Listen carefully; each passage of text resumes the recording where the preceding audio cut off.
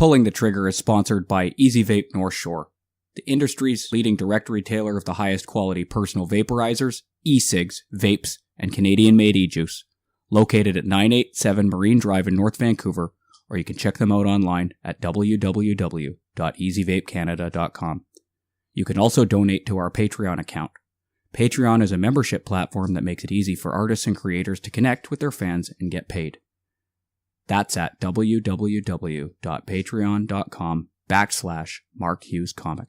And please like our Facebook page at facebook.com/PTG604.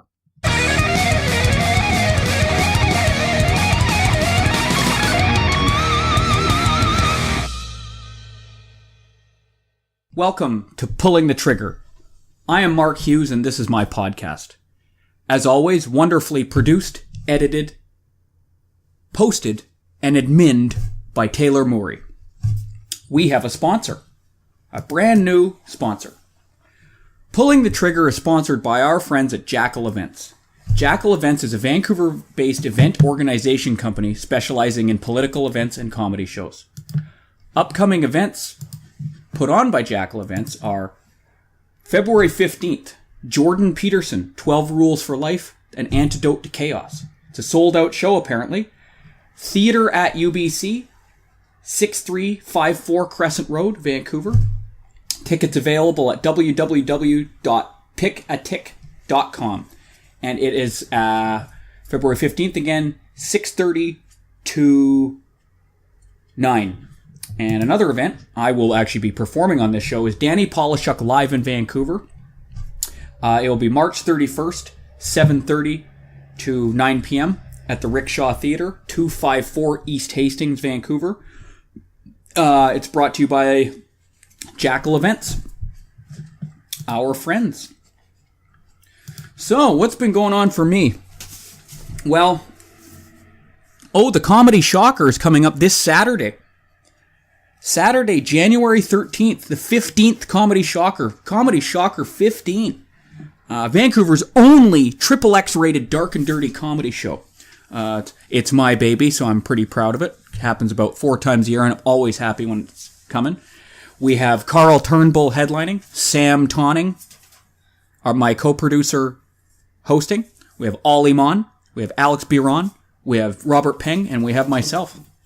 Tickets are available at www.comedyshocker.com. Hope to see you there. So I'm just kind of working on stuff. I'm thinking about writing some stuff that's outside of stand-up comedy. Going to be doing a trip to Toronto at the beginning of next month. Trip to Calgary mid next month. Just shows all over the place. Comedy's tough, as I always say, and some of the stuff that I struggle with sometimes is how it affects my mental health. Just because you live like a vampire a lot of the time. I have my day job, and then I have to go out and do comedy 5 nights a week, and it's a lot of like getting home at 10 and not being able to go to sleep until like well past 1 a.m.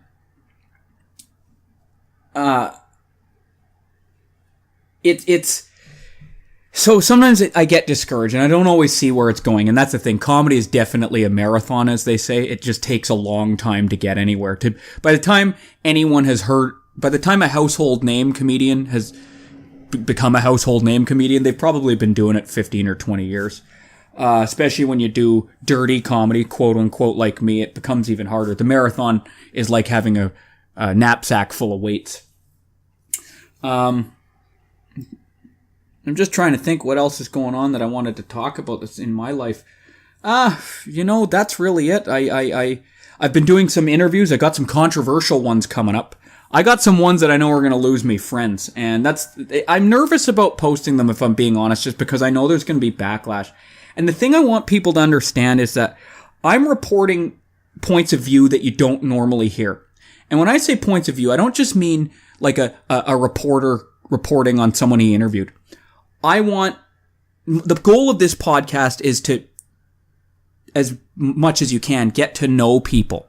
So if someone has an opinion that's offensive, I want people to hear, if they choose to listen, where this person's coming from, why they're like that, the person behind the controversial opinion or message. And you don't have to like it. And I also hope that everyone can draw their own conclusions when listening to my guests. So even if it's something you hate, go ahead. That's fine. If it's something you love, go ahead. That's fine. I'm doing my best just to present a person having a talk with me, and you can choose your own adventure and hate them, even hate me. But it's, I'm not necessarily endorsing anything here either, by the way. Some of the guests I have, I disagree with a lot, and some of them I agree with a lot. And then some of them I agree with certain parts of what they say. Some of the things I disagree with what they say. But I'm not here to confront people. This isn't a Maury Povich or Dr. Phil kind of thing. I'm just giving them a bit of airtime, see what they have to say. I'm not going to let them get away with certain things. I'll ask the questions that I think need to be asked. But, this is what I do. And because I some of the people I've been interviewing lately, I've never really heard their perspective, their whole perspective, right? These are some of the people I've been interviewing usually get shut down and accused of all kinds of stuff before they can even finish their sentence. So I wanted to hear where it came from. And that is not one of the guests we have today, although she is somewhat controversial in that she criticizes the culture and ethos of Vancouver. You're going to be meeting Sonya Prasad in this interview. And she's a really cool person. I met her when I went to go speak at a drug rehab center. She was working there as a support worker, and we resonated because we have similar family dynamics. Presentable fucked up is what I like to call them. Upper middle class fucked up. And she's done all kinds of cool things. She was an intern for Spike Lee. She worked in the fashion industry in New York. And then through a series of mishaps and misadventures, she had to come back to Vancouver and see what Vancouver was like. How much it had changed. And I can relate to that too after getting out of prison. And I just posted a thing yesterday on my Facebook about why do people stay in Vancouver? Because I'm not an outdoorsy guy. I don't give a shit about the beaches, don't care about the mountains, I don't care about craft beer, don't care about yoga, don't care about social justice the way so many people do. I don't think Vancouver is any more forward-thinking or progressive than any of the other cities I've been to in Canada. They're all equally bigoted and equally progressive. Winnipeg gets shit on all the time, and you go there and it's super progressive. Super! Like even more than Vancouver, I noticed. So that's and Sonya has some really good insights into this. She's articulated the things that I've noticed about Vancouver in a way that I could never put into words. So why don't we meet Sonya Prasad? This morning was lazy. I always have one lazy day of the week. That's my downtime because I don't, I guess I'd have to honestly say that I ascribe to work hard, play hard. But, as I've in quotes aged, my body can't keep up with that. So I have to have one down day that helps me get back into the work hard, play hard because I hit walls. Right. So my down day will look like I'll sleep in or I'll wake up super early and just literally lay in bed for 2 hours and surf the web or read or stare at the walls. So like a normal person. Well, I don't know. I don't know if people actually take that downtime for themselves. I think you're supposed to say you go hiking and do yoga in the morning. Right. But that's what you're supposed to say. But we're at my place. The ferrets are locked in the bedroom as usual, and I'm joined by Sonya Prasad. And Sonya is a person that I met, as I do with all my people, I roundabout ways from someone, through someone, from something I was doing. And so, thanks for coming. Thank you for having me. Yeah, so you're a bit different so far than the guests that I've had up until this point, because you don't have, like, either a job that's really quote-unquote strange, or you don't have this, like, weird history per se, like escort or convicted murderer or anything like that. You're kind of an average person on paper, right? But when you and I have talked, that's why I wanted you on here. So why don't we just do a bit of who are you kind of thing. So what do you do now? What's your life look like now these days? Well, so my life looks very different from what my life used to look like 4 years ago. So I essentially call myself an immigrant in my own hometown. I was born and raised in Vancouver, and I moved back to Vancouver 4 years ago after having lived in New York for almost 20 years. So how old were you when you left Vancouver? I was about, so now people can do the math. Yeah. I guess I was about 20, wait, I got to do the math. So I was in my early 20s. In your early 20s? Yeah, I was in my early 20s. And you lived there for 20 years? Yeah, I lived there for almost 20 years. Okay, wow. Yeah. No. I was gone for a significant amount of time. What made you move to New York? I moved because I grew up in Vancouver at a time, I mean, I was essentially born in the 70s, so I think you were also born 80. In Vancouver. Oh, are you? Yeah. Okay. And I wasn't born in Vancouver, but anyway. Okay, Yeah. so I mean, it's really rare to find someone who's actually born and raised in Vancouver. So, I don't meet many people. No, they don't exist anymore. So I was one of those people who I actually was raised on the endowment lands at UBC because my parents were students at the time. So my dad was getting his doctorate. My mom was, she got her bachelor's degree after she had 2 kids. So my parents were quite progressive and pioneering in a lot of ways. And they raised me in this very utopic environment on the endowment lands. And a lot of people don't know what the endowment lands were like back then. So I always describe it as kind of being like magical realism, like out of a Gabriel Garcia Marquez book, where like in my head or my childhood head, the butterflies were larger than life, and there were actually streams, and you could put your hand in those streams, and there were tadpoles squirming in your hand, and wildlife and fantasy. So I grew up in this really in kind of an unrealistic, sort of out of touch, very, again, like utopic, sort of in a bubble type of environment. So when I got to, I hated high school. I hated everything about high school. I was one of the first kids who actually went to Jules Canal, or to French immersion. So we went to Jules Canal, and then I moved on to Churchill, and then I spent a year abroad in the Netherlands in grade 11. So see the theme, constantly, searching for different, kind of trying to escape. And then I came back in my grade 12 year, and Churchill said, well, you have to redo the year. And I said, no. So I went to McGee for my final year, which was strange. And then I went on to UBC. And so I was miserable at UBC. It was like eating dry cardboard for me every single day. I specialized in sociology, which I loved. But I couldn't stand the actual institution of UBC. It just wasn't vibrant. It didn't feel like it, it didn't match that colorful sort of upbringing that I had. So I applied for an internship to intern for Spike Lee, the director. Oh, wow. Yeah. And I got it. I was like one of 3 people in North America who got it. And they said, well, if you want it, you have to get here by next week. And I said, well, I live in Vancouver, Canada. I can't get there that quick. So they said, we'll give you 2 weeks, sort it out. If we see you in 2 weeks on a Monday morning at 9 a.m., it's yours. So I packed up all my stuff. I sold my car, and I henna tattooed.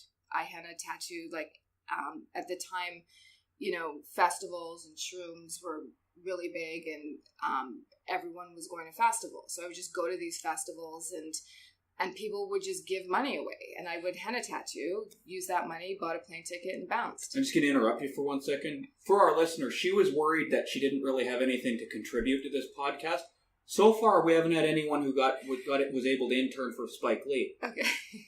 Just saying. Okay. And henna tattooed to pay for it. Holy shit. Right. Yeah. So I had a handful of cash, and I bought a plane ticket, and then I went to New York, and I was kind of like this bright-eyed, girl from Vancouver. And I got there on that Monday at 9 a.m. And then I interned for Spike for about a year, and I never looked back. And that's how I got to New York. Oh, wow. So, but you only did that for a year. Right. What did you do after that year? So after that year, I dabbled a little bit in, actually, funny thing. So I was in Soho, and I was henna tattooing still while I was there, because making money doing it. Yeah, because the internship was unpaid. This is before it was cool too, right? Right, yeah. Exactly. And so essentially, Spike walked by, and so he had a place in Soho, and he walked by and he saw me sitting on the street, and he said, well, you know, what are you doing here? And I said, well, I intern for you like 6-7 days a week, 20 hours a day. And I don't, you know, I need to make money. This is how I eat. So he said, come and see me next week, and then let's talk about, you know, what you want to do. So Did he sexually abuse you? He absolutely did not sexually abuse No me. hashtag me too then, eh? No hashtag me too. Spike, damn it! Awesome guy. Yeah. So he was very good to me. And I would say actually that he's helped a lot of people in the industry. He really has, and particularly people of color. He has really helped them. For our guests, I don't know if you picked it up or not. Sonya Prasad is what's your ethnicity? I'm my background is Indian. Indian. Yeah. Were your parents from India? No, from the Fiji Islands. We're removed by so 4 you're generations. second generation? No, I'm first generation Canadian. Okay. Yeah. So they were born there, integrated. Yeah. Okay. Exactly. Punjabi? No. Originally Hindu. Yeah. And then converted, you know, to Catholicism at some point on my mother's side. My dad. So it's like none of the Indian religions were practiced in your house? Well, they're. It's not that. No, not specifically practiced. Not Sikhism or Hinduism. Yeah, well, Hinduism. But or you know, Islam. Yeah, but it's always there with, you know, it's innately within the culture in certain ways. So you know, in terms of like how, you know, you might not actually be a practicing Hindu or a practicing Sikh, but you know the values come through, and I think are very pronounced in Indian families, or can be. Yeah. Okay. We'll get to that in a minute. We're in New York right now. Right. So Spike Lee says, come see me. Right. So then I was a scenic painter for a while, and I basically I scenic painted for a bit, and I was a horrible scenic painter. Like I was not fast. I'm a perfectionist, so you know, scenic painters need to be really quick, and I would sit there and everything would be art for me. So it doesn't need to be that fancy, right? It needs to be fast. You know, it's like in the industry we have this thing where it's like good, fast and cheap, pick two. So, you know, it's not the place to be a perfectionist. So, which I know you are. In our brief interactions, I can tell you. Well, thank you. Yeah, I'm a proud perfectionist. Hey, it's nothing necessarily wrong with it. So I had to make some decisions around my career as to what I wanted to do, whether I was going to pursue, you know, what I was going to pursue in film. And I always thought that I was going to be a director. That's really what I wanted to do and why I applied for the internship. So I went to LA. It was like a pivotal moment for me, because I thought if I'm going to make it in film, I've got to go to LA. New York is not the place to be. So I went to LA. I went to Silver Lake. That's when it was, you know, this emerging art hub or film hub, and I realized, well, if I stay here, my life is going to be film. I'm going to eat, breathe, sleep film, and I don't know if that's really the end game for me. So that doesn't sound appealing to me. No, when you say that, I'm like, fuck that shit. It's never been me. So and you know, hey, I respect the people who do it, but that just wasn't sort of, you know, what I wanted to pursue. So I came back to New York, and I met. I was in a bar where a lot of business is done in New York, and I met this girl, and she said, you know, we started talking, and I told her what I did, and she said, you know, I'm actually leaving my job. I am the assistant of one of the top fashion show producers in New York, and I think you could do my job. So she set up a meeting, and I kind of said, well, I don't know anything about fashion. Like, that's just not my jam. That's not what I do. Fashion shows, I don't, you know, what is this thing? I can't even imagine it. So I went the next day, and I met with this woman who became my mentor for about 5 years. And I walked into her apartment without a resume, and just said, hey, I'm Sonya, this is what I do. She had a 5-minute conversation with me, and she's like, can you start tomorrow? So 5 years of my life went by, and I worked for this woman, and that's really where I got my chops in production, and I learned to be a producer. So when you say producing, so what I did is I learned how to produce fashion shows. And so, you know, this is a this is a Vancouver audience, so to be clear, these are fashion shows during New York Fashion Week that are an industry. It's not, something that tailors to spectator. It traditionally tailored to industry. So it's for buyers, it's for editors. There are massive budgets. It's not just to get selfies for Instagram. Correct, right. Exactly. And it's a money thing. Right, exactly. It's one of the top industries in America, essentially, right under finance.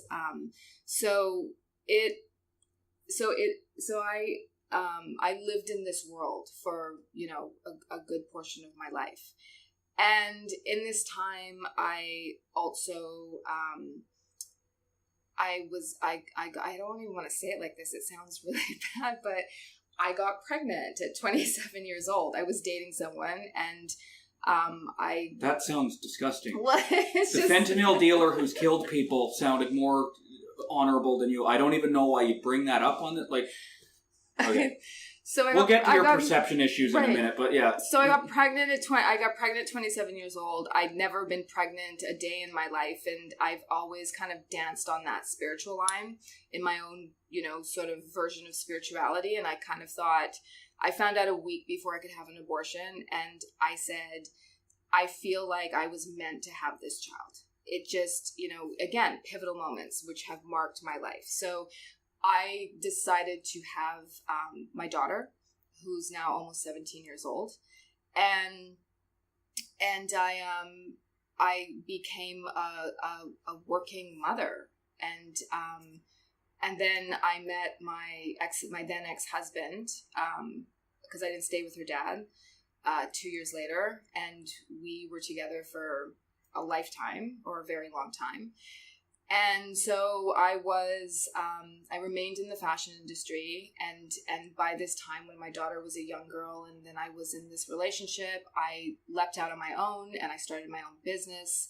And then in fashion, but then what I did is I started to branch out in events. So events for large fashion brands predominantly, but not necessarily, but anything that kind of translates core brand identity or like brings marketing to life through events. So what I do is I do like, the implementation or what I was doing at the time is like the implementation of events, which is production. But then when I started my own business, really interesting, unique companies started coming to me. So I started getting involved on the conceptual side. And so in the last, I would say 7 years, I've become an event designer and producer. So I do the conceptual side of events. So I guess like the development of concepts and ideas, and then I implement. And that brings you up till just before you moved to Vancouver? Yeah. Okay, so what brought you back to Vancouver? Okay. Yeah. Bookmark that question for that'll be the next question. So were you liking New York? Were you liking your life? Yeah. So, I mean, that's a fantastic question. I mean, New York was, and is still very much my home. It's taken me a long time to feel like Vancouver is home. And I don't, and I have to say, I don't think Vancouver ever felt like home. When I was raised here, I didn't feel very much like I belonged. I totally relate to that. I've never felt like this city is my home. And right. I know it better than anyone. Right. Exactly. So, I mean, and there's a lot of great things about this city, but I just always knew that in many ways that I would be... Your life was outside of it. Yeah, exactly. So I went through a divorce in, I think, 2009-ish. Okay. And then I, found myself as a single parent. I don't like the word single mother. I'm just going to really qualify that. I can't stand the word single mom.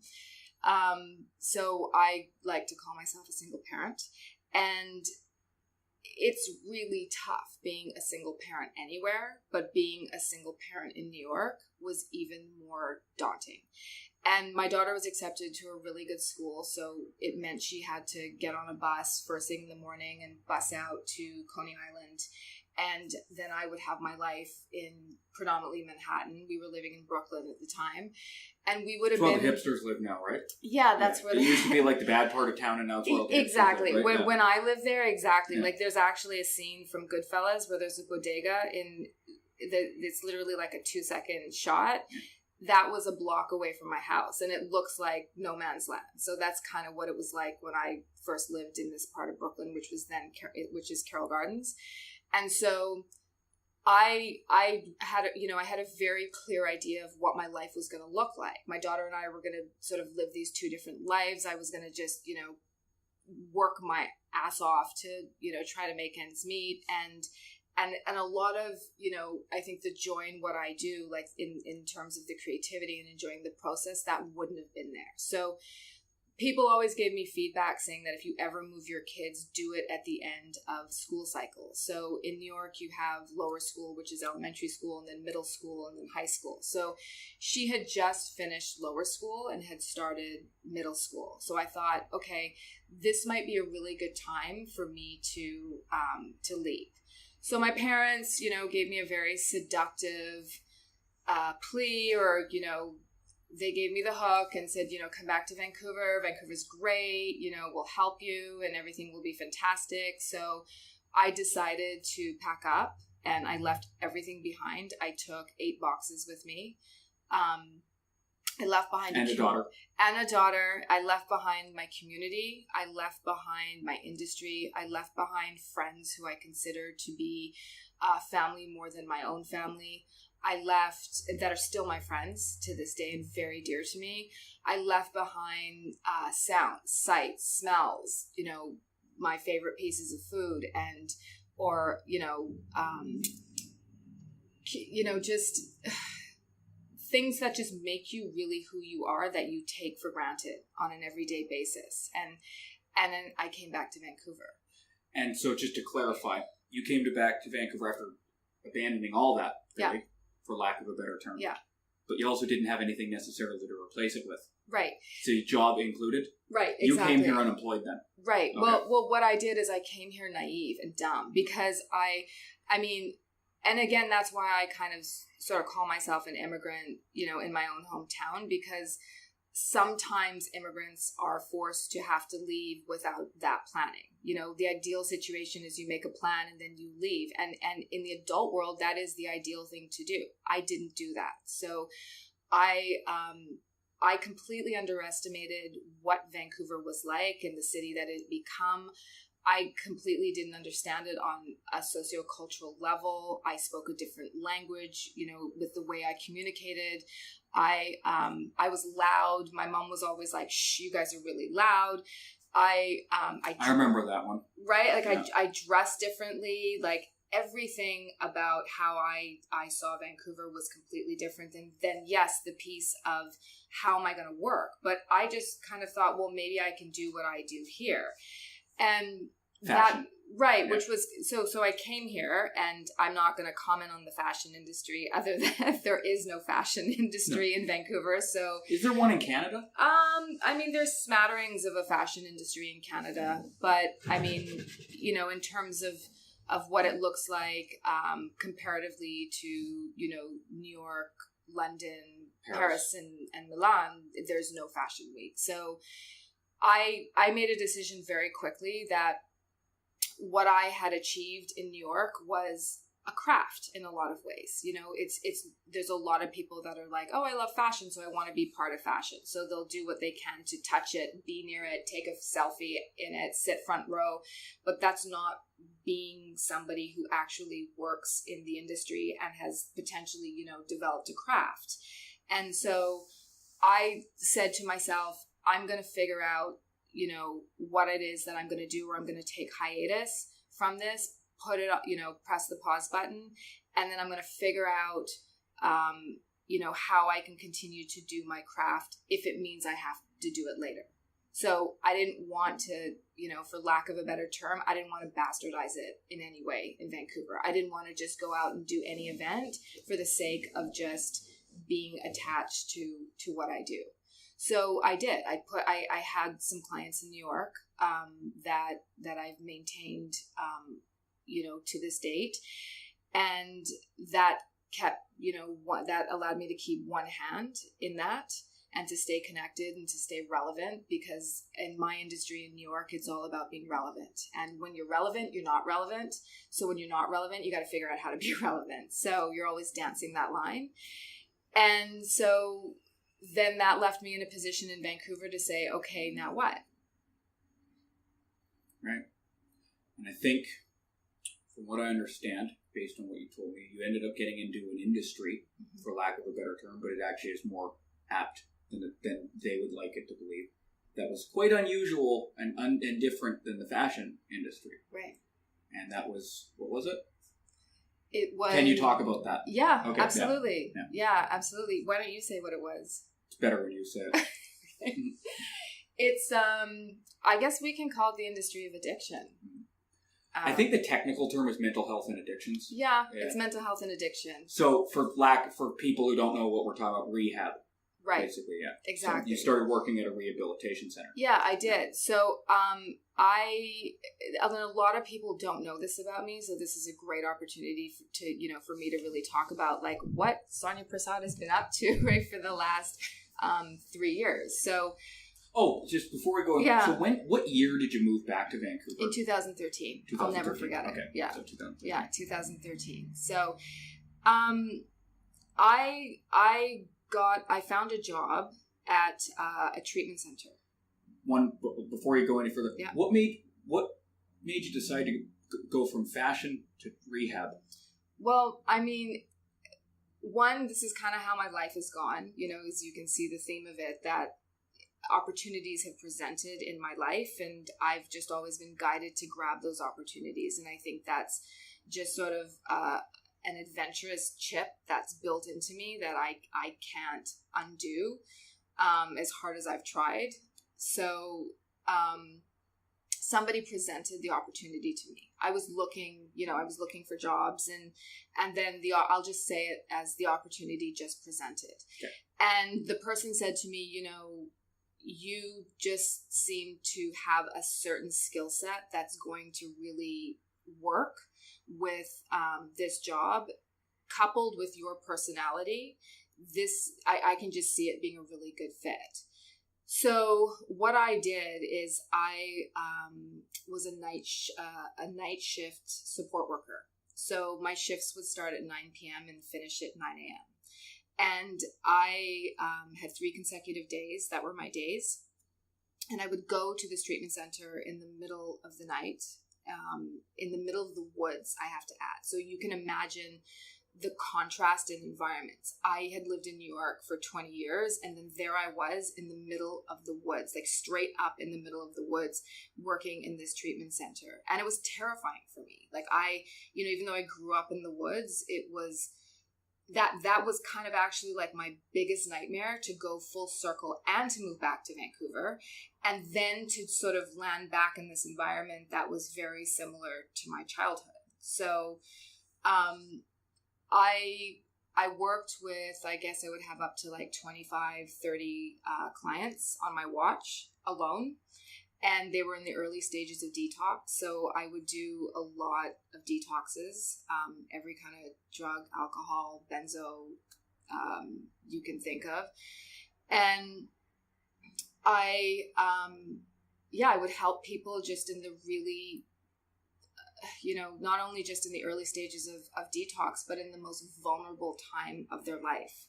So I did this job for 1.5 years, and it was surprising in the way that I was able to take my skill set in production and to parlay that over to managing and running this, really crazy environment. Because you know what, there's really no difference between the fashion industry and a rehab center at the end of the day. Only some are detoxing and some are not. So managing those personalities was surprisingly easy and a good fit and comfortable. Which is probably usually the challenge for most people, right? Right. But you're used to it. Right. Comedy is its own little community thing. Community is a funny word, but we touch on the entertainment industry. Right. And I go to 12-step groups. Yeah. So one of the things I notice whenever I go from a 12-step group to like around comedy people, I'm like, if you just removed the booze, it's pretty much the same. Right. Right. And same types of untreated mental illness, right. Same types of social deficits, right. Same types of like idiosyncrasies and Right. And I would argue also that, there is a form of trauma, a deep-seated trauma that's running the show in both industries. I mean, especially in a very, narcissistic industry like the fashion industry. People with trauma issues or attachment problems or both are often drawn to high-stress situations exactly. too, right? You got to have it done, and there's screaming and there's yelling and you're perfectionism. Right. And it's scary. But it's weird when you're not in it once you've gotten used to it. Right, exactly. Yeah. And a certain kind of person gravitates toward it. And I am that kind of person who gravitates toward those industries. And I say that with love. I don't say it in any way putting those people down. No, it's not for everybody, but it's for certain people. Yeah. And it certainly was my happy place for a long time. So when I found myself in this treatment center, again, like I was surprisingly comfortable with the job. How long did it last for? For a year and a half.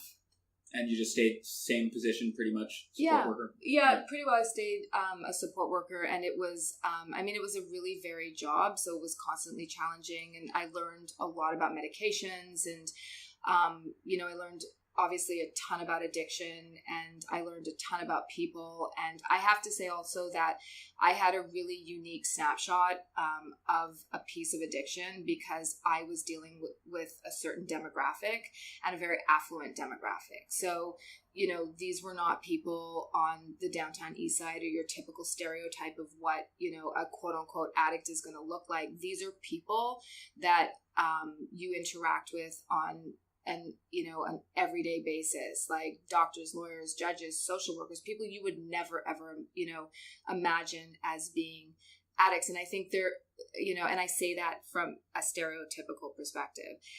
And what it helped me understand is that, addiction has been one of the great levelers of our time at the moment, where it has absolutely taken away those, those assumptions and those stereotypes and those lines of what have differentiated us with respect to power and status and class, etc.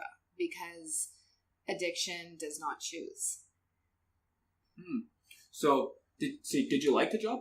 I loved it. Was it like? I loved it. Was it sort of like almost a methadone, if you will, for the fashion industry? Or was it even better? Was it a true drug replacement therapy for the fashion industry? I mean, I would say, yeah, and maybe some harm reduction. Yeah. I don't know. So, I mean, it was absolutely replacement in every way, shape, or form. So you didn't feel as aimless or empty anymore? No, yeah. I mean, and I think it was a really fascinating time of my life because I was so lost when I came to Vancouver. And again, I can't stress that sort of tagline that I've given myself, like an immigrant in my own hometown, because, there is shock and trauma and an adjustment period that comes with immigration. So when I see people, who struggle with the concept of having, immigrants in our country or in other countries, immigration is one of the most horrible things to have to go through. And it was really one of the darkest periods of my life. Like I felt like I had lost everything. And I really went underground at that time. So it was kind of fitting that I was in this, center that was in the middle of the woods that was sort of secluded because it was a place for me to just go and kind of be in that darkness, and work that out. So what was your question again? Did you like it? Did you like the job? To answer your question, not only did I love the job, like it stimulated me on the learning curve was so high, like with respect to understanding addiction and concurrent mental health challenges and for our listeners, that's one of these jargony things. Yeah. Concurrent mental health issue or concurrent disorder means a mental illness such as bipolar or depression or schizophrenia in addition to addiction. Right, exactly. I have to do that once in a while because normal people listen to this. No, so, that's fine. No, that's fine. So for everybody, like the guest I had, who's the guy who's doing a life sentence for murder, he would mention institutions and he'd just put just my first name, and then have to be like, okay, that's the maximum security in BC. Oh, and that one's the maximum security in Ontario. But anyway, okay. Well, So I mean, the learning curve was so high, and I actually was really lucky. And again, this is a theme in my life where mentors have showed up in my life and have taken me under their wing, and they've taught me. And so I was mentored heavily by a nurse who was I guess you could call her an addiction nurse, and had 8 years in the field. So she taught me everything she knew. And when I'm in mentor situations, I thrive. So on that level, I was like a sponge. I just absorbed all of the information. And then, it gave me a sense of purpose. So it gave me a place to land. It gave me a place to feel busy. And it kind of really was like every night was so different, Mark. Like you can't even imagine what every night was. And it was kind of... I can. Okay. But yeah, but yeah, I get what you're saying. Yeah. Yeah, I mean, like every night you would walk, I would walk onto my shift and not know what was going to happen. And I mean, I could literally write a book about, the detoxes that I've seen, or the dramas that I've seen, or really serious things where people have gone into full-blown psychosis, or, clients hook up, or... yeah, because it was a unisex, or what do they call it? What's the term? Co-ed facility. Yeah, right? And co-ed doesn't work. For the record, I don't believe that co-ed works. So. None of the treatment centers I was ever in were co-ed. Right. So, so 18 months, though. Yeah, that's so 18 months. 18 months. And what I did is, I guess, they say when you help heal another soul, it helps heal your own. So really that's what it did. It gave me that long time to sort of try to reinvent and to sort of figure out who I was. And I was there, a great portion of my job was like the 2, 3, 4 a.m. meltdowns. I would hear people really bare their souls and talk about their lives. And some of these people aren't completely off the drugs yet either, right? No, they're not, Like they're within their first few hours of abstinence. Right. Or if they even are still abstinent. Right. Exactly. So it's an extremely vulnerable time. Some of these people are being served, divorce papers, like in the first 3 days that they're there after, 10, 20 years of marriage. Some of these people are finding out that their kids don't want to see them. Some of these people are finding out, hey, guess what? You're now broke. So, this is actually your bank account statement. And so, yeah, it's I don't know what I was saying. I think you've kind of fixed it. So, at the end of 18 months, what happened? Because you're not still there anymore. Yeah, so, I mean, at the end of 18 months, and I've kind of, toyed around about how much I want to, talk about this, but I think I do really want to talk about it.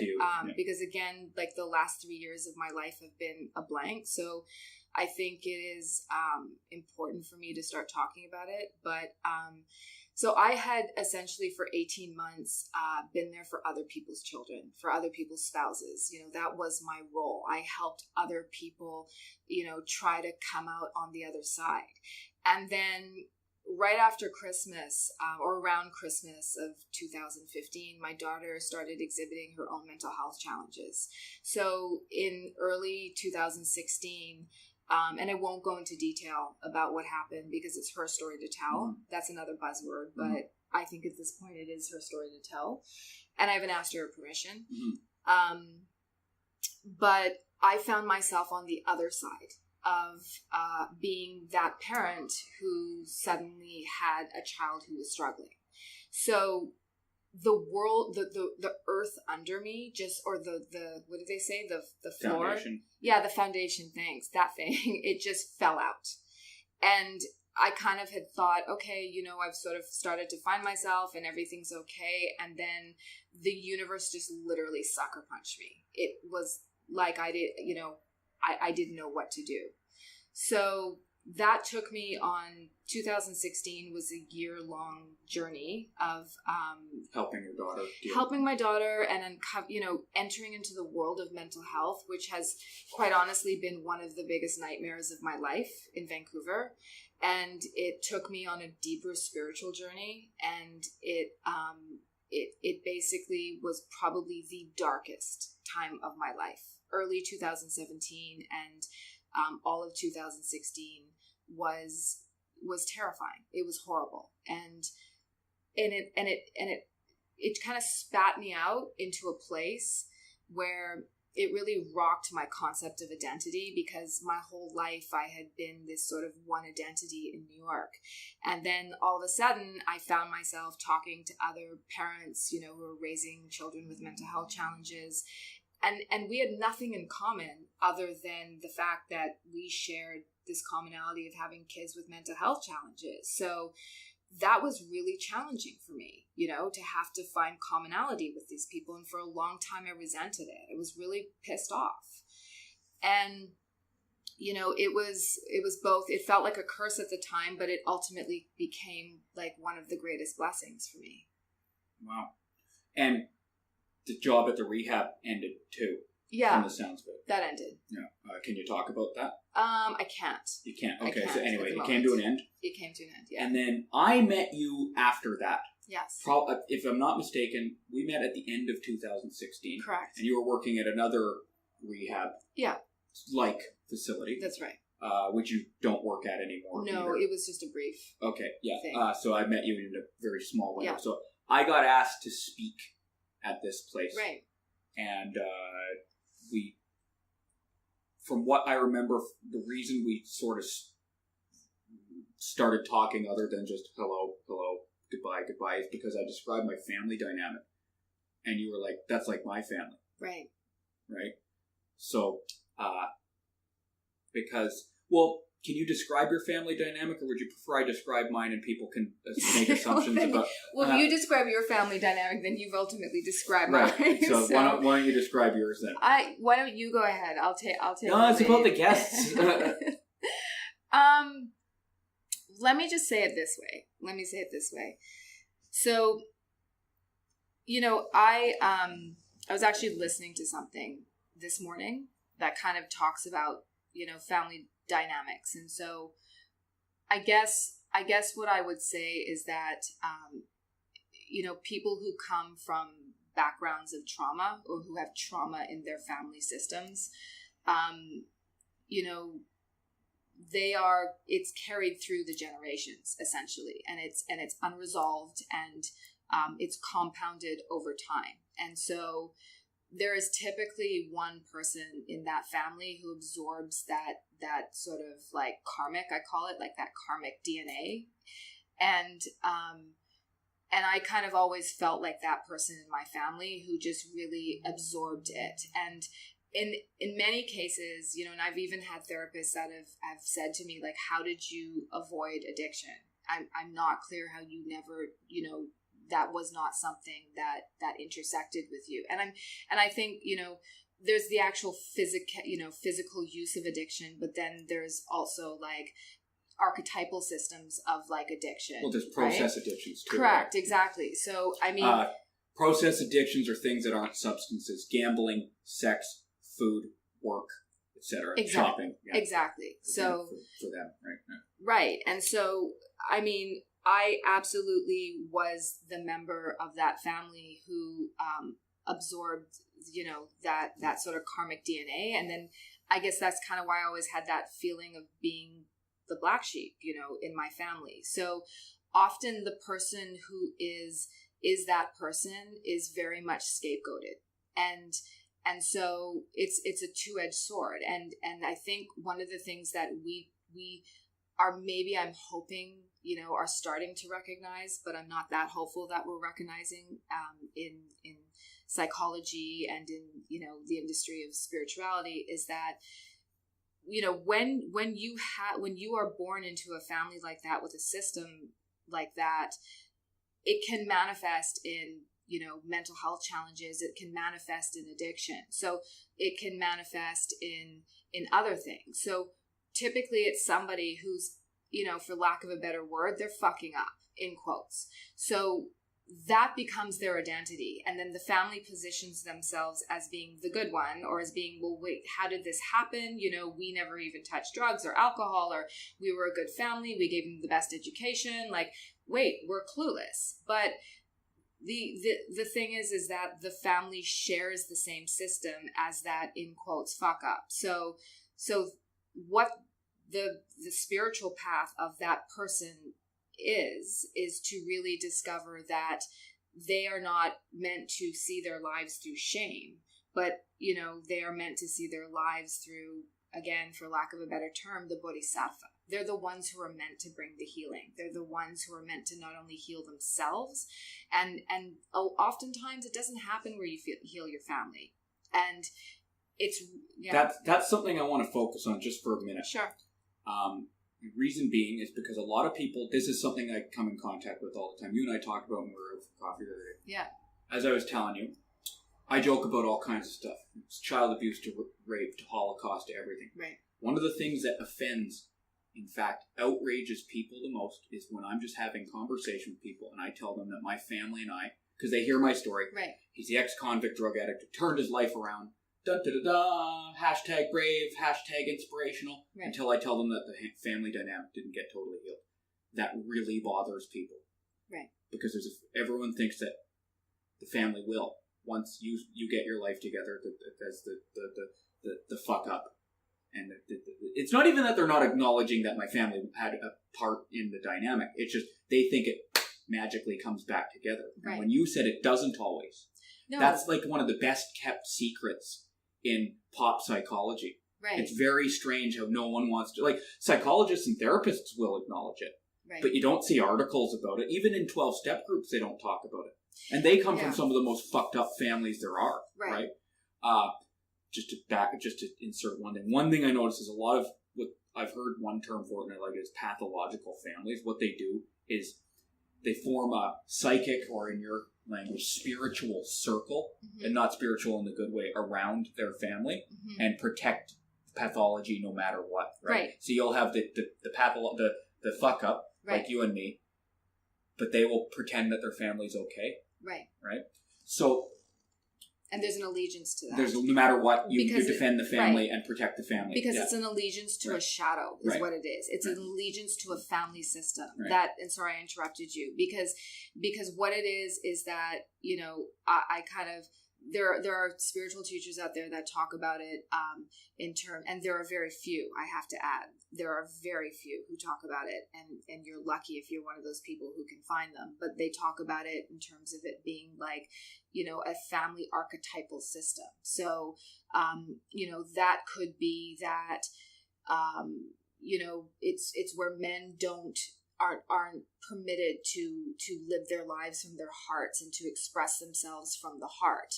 And so over the generations, men have, you know, they've absorbed that. And then you have the one person in the family who's artistic or sensitive or whatever. And that person is typically scapegoated because the code in the family is, no, we don't talk about our feelings in this way. And then also what happens is it manifests typically, you know, as family DNA. So in that family, for example, where they don't, you know, aren't allowed to speak from the heart, well, then is it a coincidence that, you know, heart disease becomes a manifestation in the family line and is carried down from generation to generation? Yeah.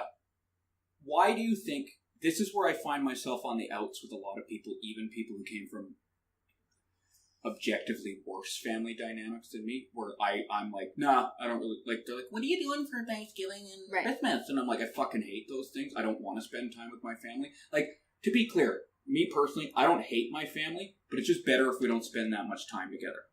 Our dynamic works better, and it's not even out of a place of animosity. It's just, that's how we ended up. There isn't going to be healing like a Disney movie or any of that stuff. It's just, we actually work pretty good with the dynamic. We see each other on certain occasions. I can handle about an hour at a time. And then once I start feeling a certain amount of stress, it's time to go. Because either I'm going to say something, or my parents are going to say something, or both of us are going to say something. And then it's just going to be ugly. So why not keep it somewhat copacetic?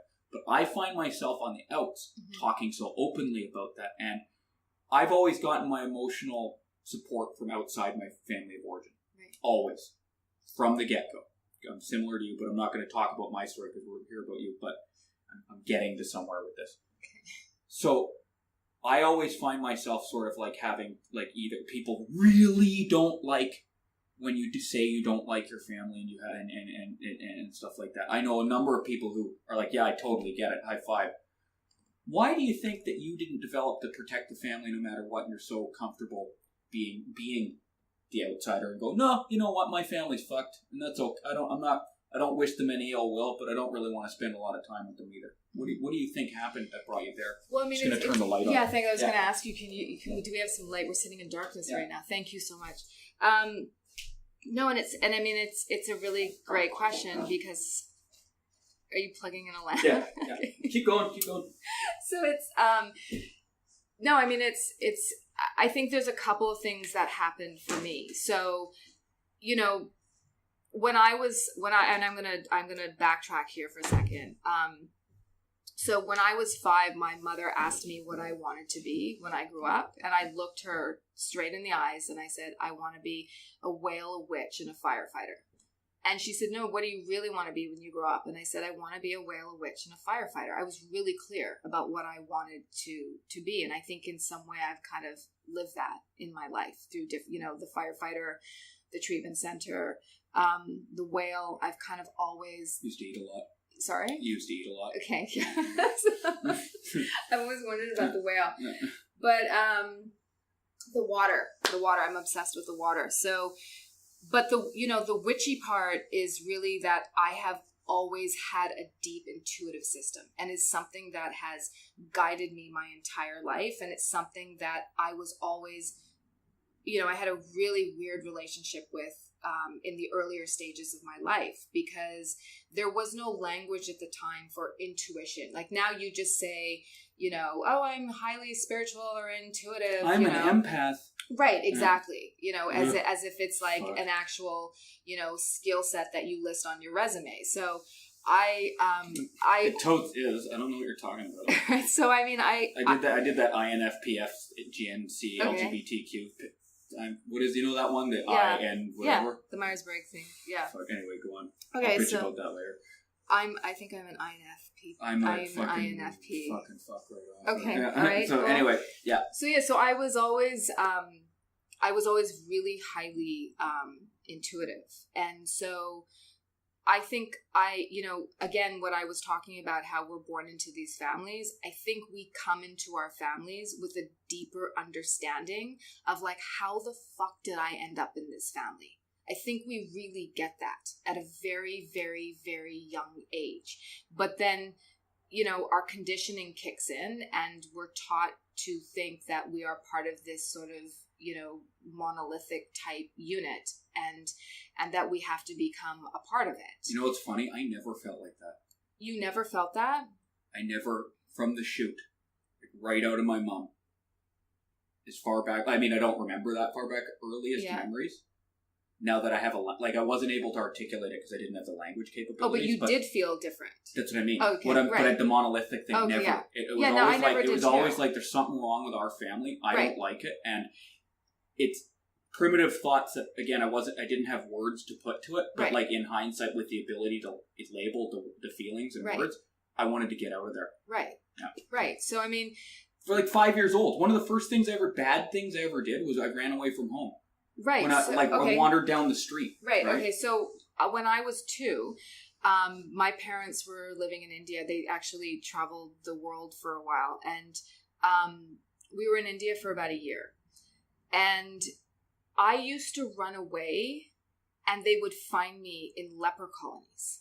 Literally hanging out with the lepers. And my parents tell this story now, and, they kind of laugh about it. And in my head, I'm like, wow, it's a miracle I even have a face to this day. But I always, a couple of things. I always found solace away from my family, but I always found solace with the other, with the different, with the strange, with the marginalized, with the shadow, with the, that was really, my happy place, my comfort place. And so at 2 years old, they would literally find me hanging out with lepers, and real ones. Yes. Yeah. Well, where are fake lepers? There's figurative ones. So, like the ones that are missing limbs and stuff like that. Yeah, those guys. Yeah. So, people. Yeah. Sorry, those people. So, and I don't even know if leprosy is that common this day. Anyways, it's actually not called leprosy. I think it's Hansen's disease is the one, because leprosy and like for example in the Bible, it was a sort of blanket statement for a whole bunch of it was any disease, pretty much. Okay. But what we know of now as leprosy is actually it's called Hansen's or something disease. It's the one that it's a form of meningitis. Yeah, exactly. So I and I remember my mom saying to me at one point, she said, when you were so young, you used to run out of my arms, and I knew that you would always be the one to just go. And I have always stayed true to that. I have always been my own person. I have always felt that my place in the world is not specifically, with my immediate family unit. And I was always different. I was expressive. I was artistic. I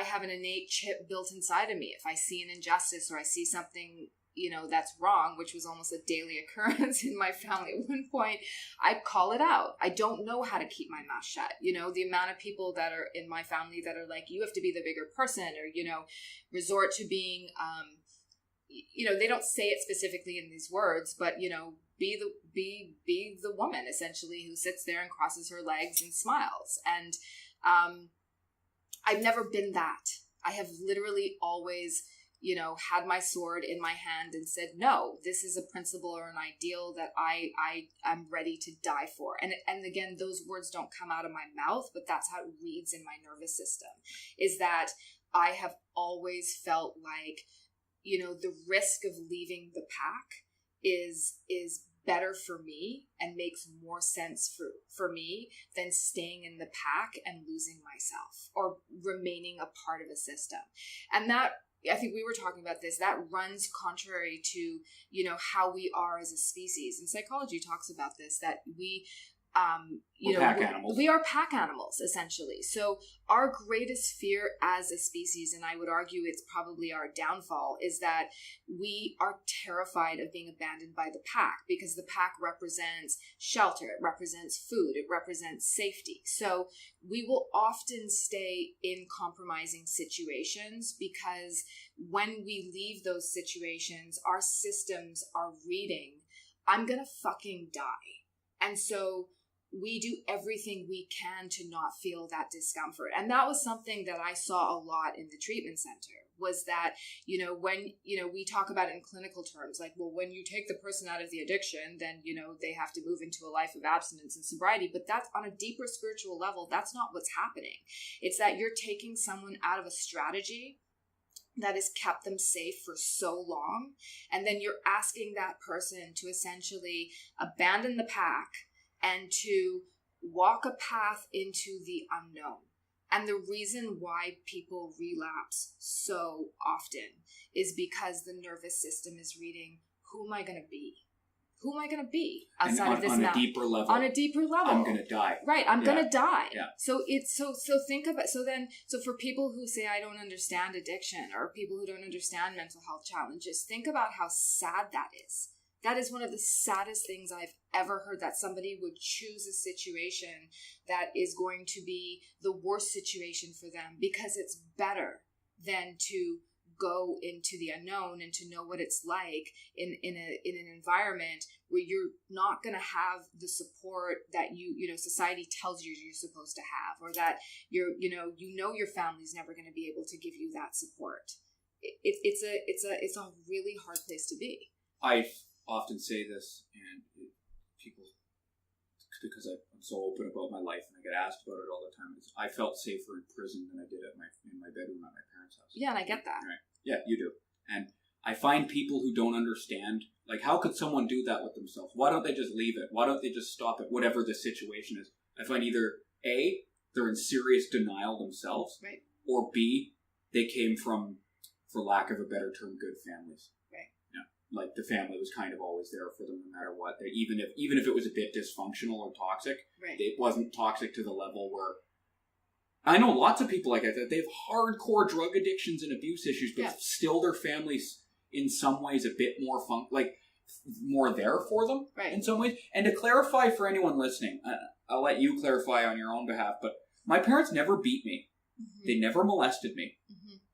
Physical safety was never a problem in my house. That's the weird part, right? That's one of the parts that's always very hard to reconcile for other people, because they think, oh, you must have been like, did your dad touch you? No, they were totally fine that way. But in fact, we were middle class. They had money, like not rich, but so people sometimes can't comprehend, well, where did it go wrong?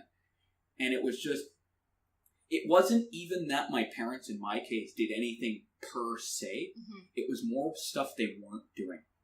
And in hindsight, what I was able to see is they were having problems from what I could gather that were kind of trickling down into the rest of the family. And my mom had a seething rage. So that was like, snap. Like, for example, here, my dad would take me, my sister and I out on weekends sometimes when my mom had to clean the house because she was going to blow up. And kids pick up on that. So mom's not safe. Mom's dangerous. And my dad's teaching me, as a boy, the man has to be afraid of the woman. He's too scared to stand up to her. Right? Or not even stand up. Just resolve whatever issue it is diplomatically and in a healthy way. So I don't know what was. I'm not asking for specific details, but were you physically abused? No. I mean, I think that, it's, I'm probably going to have like cousins listening to this, or I'll probably have like an aunt who's going to like hound me on Facebook after this. So, I'll sort of speak to it in the sense of that I think that every, where I hear what you're saying is that I believe that every family has their secrets, and every family has their system, which is a sickness. And we are, certain systems work better in society than others ones. So that's the thing I've noticed. Yeah, and I think that also certain families are better at remaining complicit to those secrets. And so I think a really good gauge to really understand what's happening in families or what's happening with people is we are as sick as our secrets. So, we can, like in my family, and this kind of will give you a clue as to, what I was sort of taught. I come from a long generation of, a long line of women who put lipstick on. It was always like, wear your lipstick. And I broke the mold. I wear lip gloss, or I wear a nude lip. I don't wear that bright red lip, but that red lip was like an armor in many ways. Like if we look a certain way, then we don't have to deal with like what's happening beneath the surface or behind the curtain. So it was very much like, a pact of that we have to maintain, a certain secrecy around like the sickness that exists in our family.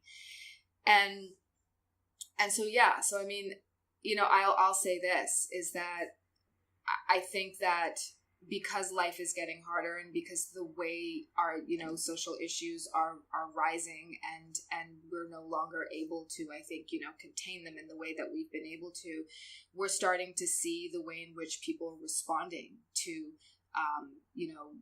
to families and within families, and that they're not able to maintain that balance anymore. So when we look at stats of, mental health challenges and addiction of being what is it, 1 in 5, 1 in 3, 1 in...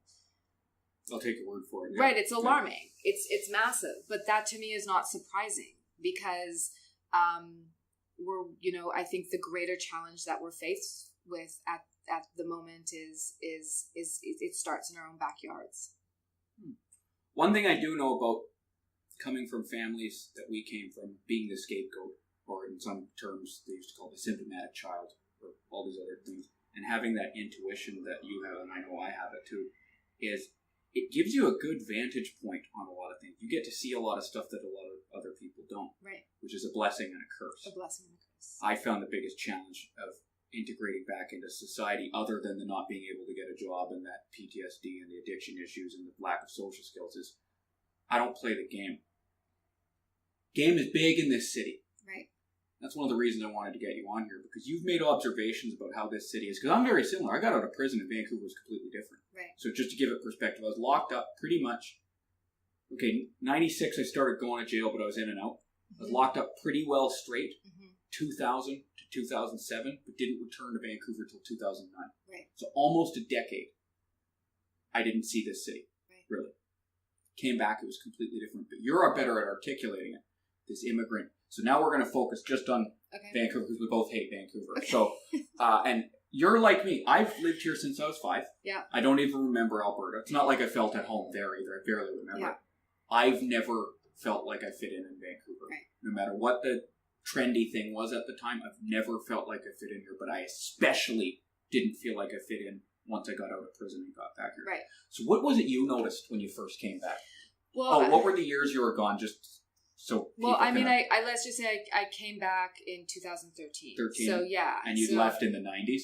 Yeah, I left in the 90s. Okay. Yeah, so that's, significant. I mean, I was saying to someone the other day how, people say, well, if you can make it in New York, you can make it anywhere. But I think if you can leave New York and make it somewhere else, then you can really, truly make it anywhere. Right. So, and Vancouver has been the greatest test for me. And so like you, I've never felt like I belong. I still struggle. I'm in year 4, so I'm starting to now feel a lot more comfortable here. But I think what it is that, what you and I riff a lot about and kind of understand each other on, or that you've identified that I can language, in a very unique way, is that for me, Vancouver is a big languaged branded container. So we've cornered ourselves into a place that in order to be able to understand, the very dire social issues that are plaguing us, and also the fact that this city's, growing, it's growing exponentially. So we have the facade of a cosmopolitan city, and yet in that, where is the soul?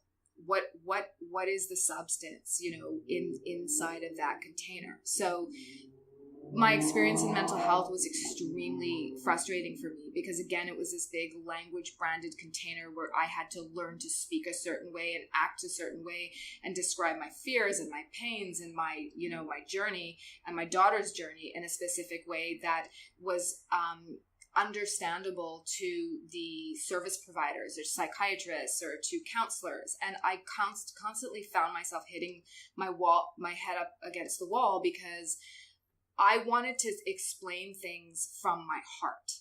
I wanted to just roll up my sleeves and get in the mud and say, I feel like shit.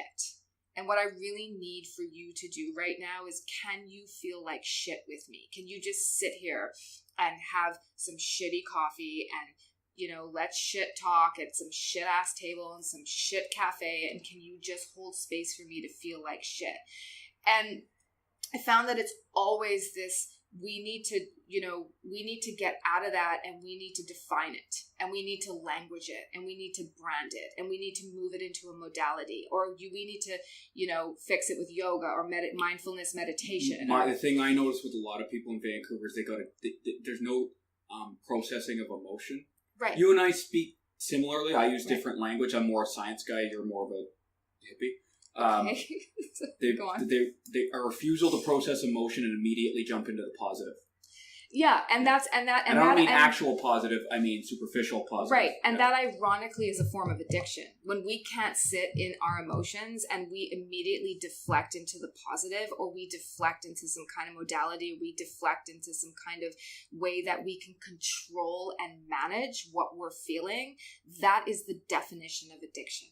And so we, that's where I have struggled. I used to think, maybe I'm just more of a New Yorker than I am someone from Vancouver. But, I had a very dear friend from New York who visited me about a month ago. And the first thing he said to me when he saw me was, where are the people? Where are the people and what are they doing? And so I think, where I've kind of landed is understanding that Vancouver has, we have a connection problem. We don't know how to connect. Now, is that not worldwide? Is that not just a thing that's in every city because of social media and smartphones and stuff like that, though? Well, I think it's particularly, again, I can't speak to every single city, but I tend to typically gravitate towards cities that have more of a pulse and more of a, a soul, in quotes, and that, where connection is forced because there's so many people in a place. Vancouverites don't realize that, that we are so incredibly privileged We have not been leveled by a natural disaster. We have our social problems, but they're funny. They're psychically separate, though. Right. I found when I got out of prison, because when I went to prison, Vancouver was still, like, other than the West Side, it was a very, in some ways, blue collar kind of. East Van was fucking East Van. Right. Hipsters didn't want to live there because it was scary and they'd get robbed. Right. Right. Your house would get broken into. Right. Everyone had lots, like, it was bad, right? Dope fiends weren't just on the downtown East Side; they were all across East Van. There were hookers on every major street, right? Then I got out, sterilized, and I was like, and I went, "This is a soft, pussy ass city. What the fuck?" Right. Like, and then like the thing I noticed right away was how sensitive people were to the way I spoke.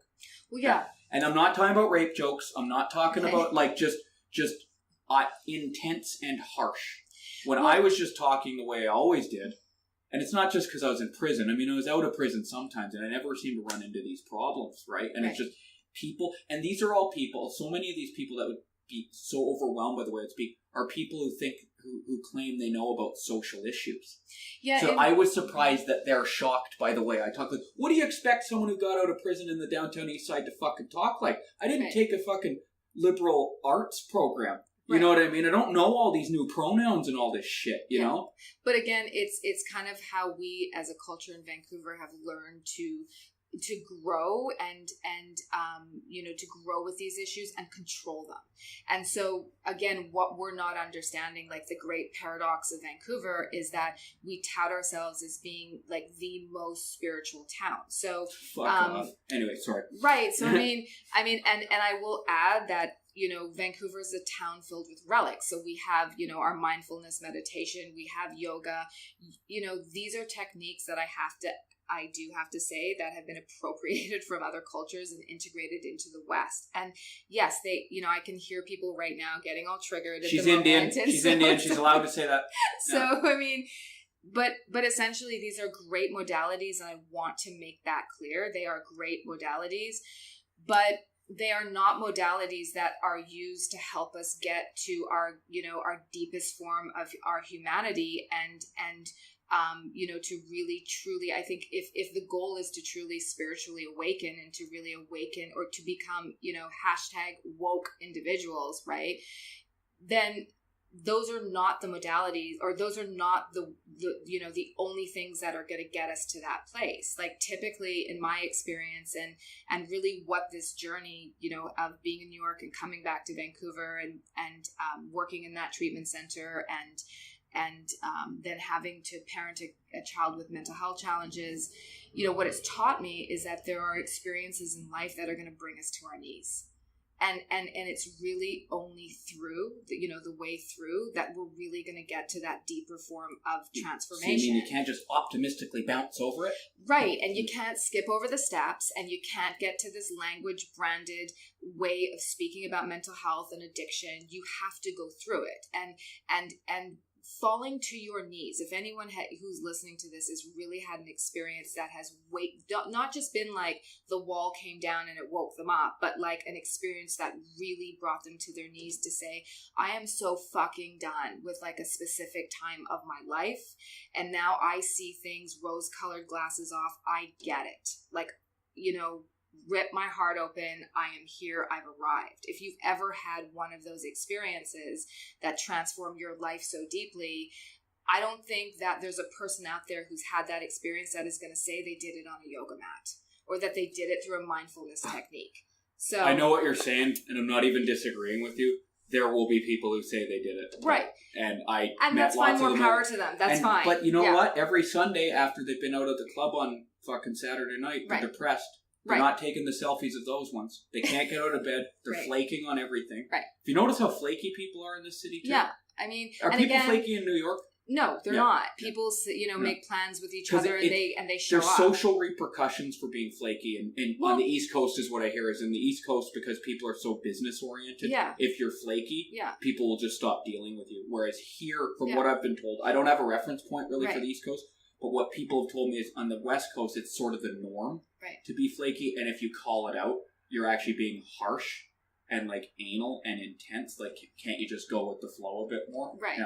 Yeah. So I mean, again, we've cornered ourselves into, you know, and it's really fascinating to watch because the rest of the world right now, like especially when you look at the United States, that, you know, they're being held accountable at the moment to all of the platitudes and to all of the ways in which they said, you know, let's live behind this really language fantastic, you know, branded kind of container. And in the United States, that was, you know, Obama's change, you know, change is possible. And then what they awakened to was this madman who essentially said, well, guess what? We can take the shadow side of change and we can show you another, you know, the polar opposite of change. And so... And notice how no one wants to acknowledge what you just said. Right. Just get rid of it. Right. When there is no getting rid of it. But the thing is they now can't get rid of it. So that's where Vancouver is actually sitting. We are sitting on the precipice right now of certain social issues, like the opioid issue is now going to really force us to have these conversations where we're not going to be able, you know, and I see it in a lot of ways in the mental health sector where, you know, let's keep trying to contain it. Let's try to language it. Let's try to brand it. Let's put modalities on it. This is how we're going to fix it. But it's not how we're going to fix it because we essentially are going to have the really hard conversations as to why we are now, you know, facing these issues. And so for me, I find it exciting.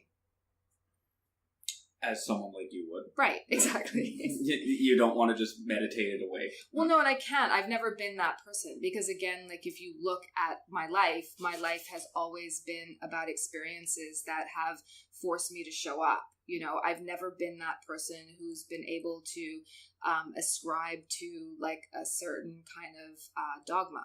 I mean, I see dogma and I'm out. Like literally, people, you can start, you know, put dogma in front of me and you'll see the back of my head so fast. Dogma to me is an extremely dangerous thing, especially in the times that we live in. And I think really what is going to separate people at the moment, and I think also what Vancouver desperately needs is we need people with lived experience who know how to go to people that look different than them, who speak differently than them, who eat differently than them, who've had different experiences with them, and people who aren't going to sit there with their checklist and try to, you know, contain it and try to like, you know, intellectualize it or try to like, again, put some modality on it and try to fit them into this one size fits all container. It's the people who are going to be able to move beyond that and say, you know what, let me hold space for what it is that you have experienced in your life. I may not be able to help you. I may not be able to do anything, but I can at least hold the space for you to talk about what it is that you've gone through your life and what you experience. Okay, you abandoned your family. Your family is no longer your tribe. Tell me about that. You know, talk to me about that. What does that look like for you? Addiction ruled your life for 20 years of your life, and it's been easier for you to maintain a life of addiction than it has, you know, as being illegit, in quotes, you know. It's easier to remain illegit than it is to become legit. Tell me why.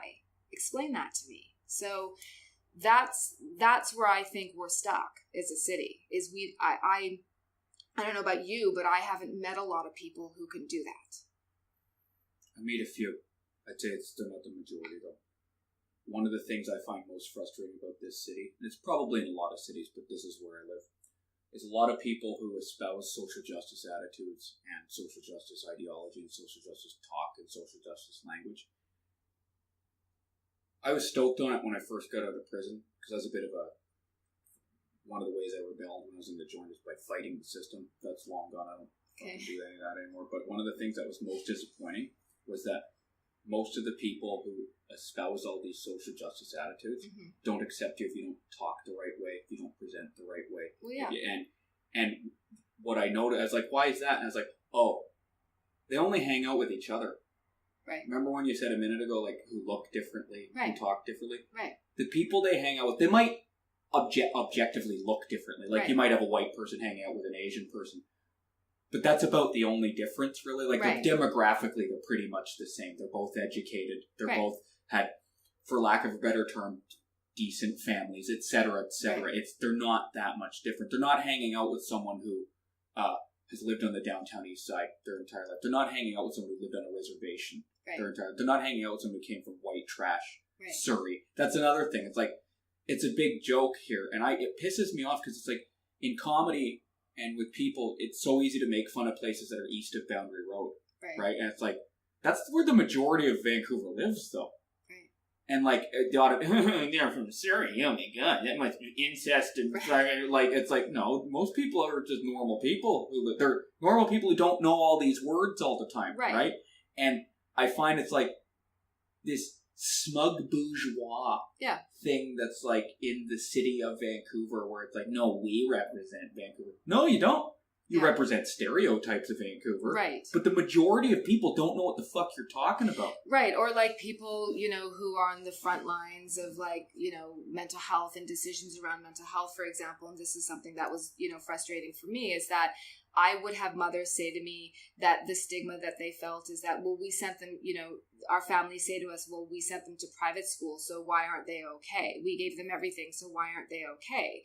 And I thought, dear God, if they walk a mile, even a foot in my life, like, what are these people going to, think about me? So I spent a lot of time trying to shapeshift and trying to speak in a certain way and trying to fit in and try to, find commonality with people. And it's a fast way to end up with a gun in your mouth. Right, exactly. And that's how I felt on the daily. Like I literally was, if it weren't for my friends in New York, for one of my friends in Toronto, my friend in Israel, who were all friends that, we were together in New York, but we've moved on to different places. One of my friends in LA, I don't know what I would have done. Because there was probably about a year that I was just angry, that I literally would get in my car, that I would cry, that I would, just want to bang my head up against the wall. That was me for a very, very long time. But what I did recently is I kind of had, I guess, this summer sort of brought everything to a head. And I just had that, proverbial aha moment and realized I'm going full circle back to who I am. I just remembered who I am. The person in the little girl in the leper colony.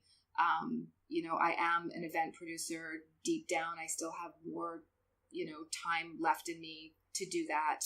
I am the firefighter where I still am interested in helping people in addiction and mental health. And I support, either friends or family on the side in my life.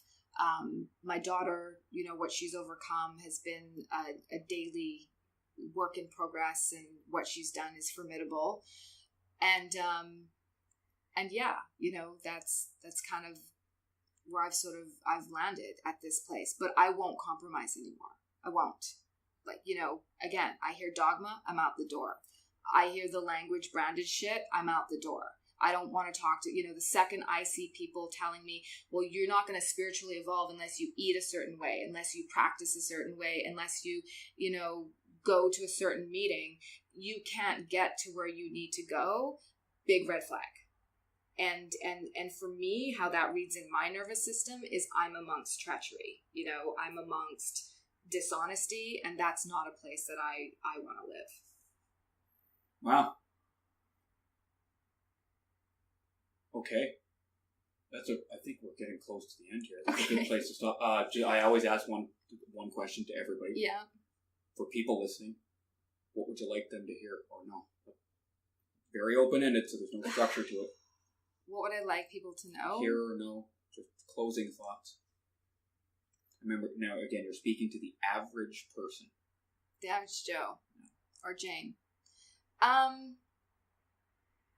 don't know. I mean, I think kind of what I've really learned in life up until now is we deserve as many chances as we ask for. And so it makes me sad to see people corner themselves into, what I call a prison of, again, like language and brands in a certain way that you need to speak, and just being around certain kinds of people and living this really linear life. And there's a lot of people in Vancouver who have a lot to give. And I think I'm fortunate now where I've started to meet those people like you. And I would say to people, what was the question again? You were doing great. Okay. What do I want people to know? That's right. I would say, you know what? Every day challenge yourself. Push yourself out of that comfort zone. And in the places where you're not comfortable, in the places where you feel like the eye twitch, or the knee jerk, or the place where your stomach starts to get upset, or your nervous system is getting like a little uncomfortable. And I'm not advocating by any stretch of the imagination to put yourself in a situation of danger, but I'm saying, like, stretch yourself out of your comfort zone a little bit every single day, because it's traveling into that place of the unknown. It's the place we're the most afraid of, but it's the place where the greatest miracles happen. It's the place where, it's the place where magic can happen. Cool. This has been Sonya Prasad. Thank you for joining me on Pulling the Trigger. Thank you, Mark, for having me. Excellent.